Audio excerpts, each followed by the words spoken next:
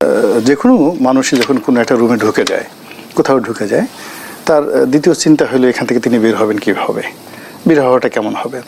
তো ডক্টর মোহাম্মদ ইউনূস তিনি তো স্বয়ং আল্লাহ রাব্বুল আলামিনের পক্ষ থেকে এরকম কোনো সিল সাপোর্ট পেয়ে পার্মানেন্ট গ্যারান্টি লেটার নিয়ে আসেন নেই যে আমৃত্যু তিনি এখানে ক্ষমতায় থাকবেন।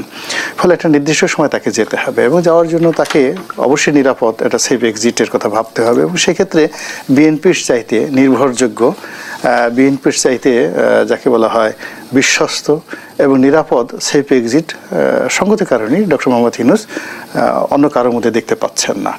Number one. নাম্বার টু হলো যে এখন যে ঘটনাটা ঘটেছে বাংলাদেশে, সেটা হলো ডক্টর মোহাম্মদ ইউনূস প্রথমে এসে যাদের সাথে বন্ধুত্ব করেছিলেন, এনসিপি, জামাত থেকে শুরু করে চরমোনা ইসলামপন্থী যারা আছে, অসাধারণ একটা সুন্দর তার বন্ধুত্ব ছিল। 11 মাস ধরে এই বন্ধুত্বটা চলেছে।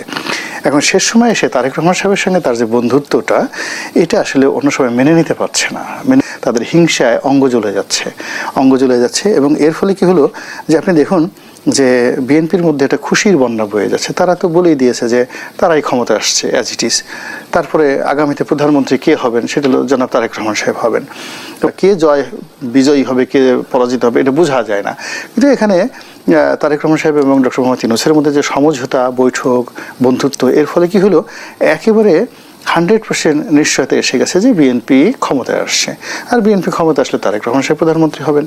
আর যাই হোক না কেন, সেটা সিলেকশন হয়, ইলেকশন হয় না।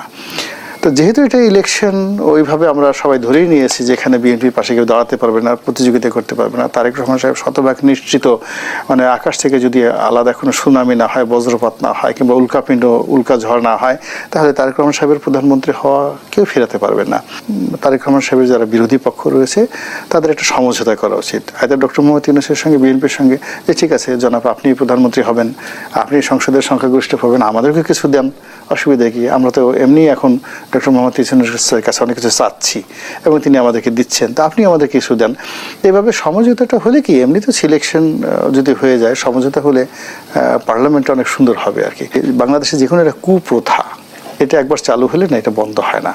তো আমাদের এখানে ঘাড়ের উপর যেভাবে 2014 সনের একটা বিনা ভোটের নির্বাচন সিল পড়ে গেছে, আমরা তো মোরাললেস শেখ হাসিনা অপকর্ম করেছেন, কিন্তু আমরা তো মেনে নিয়েছি।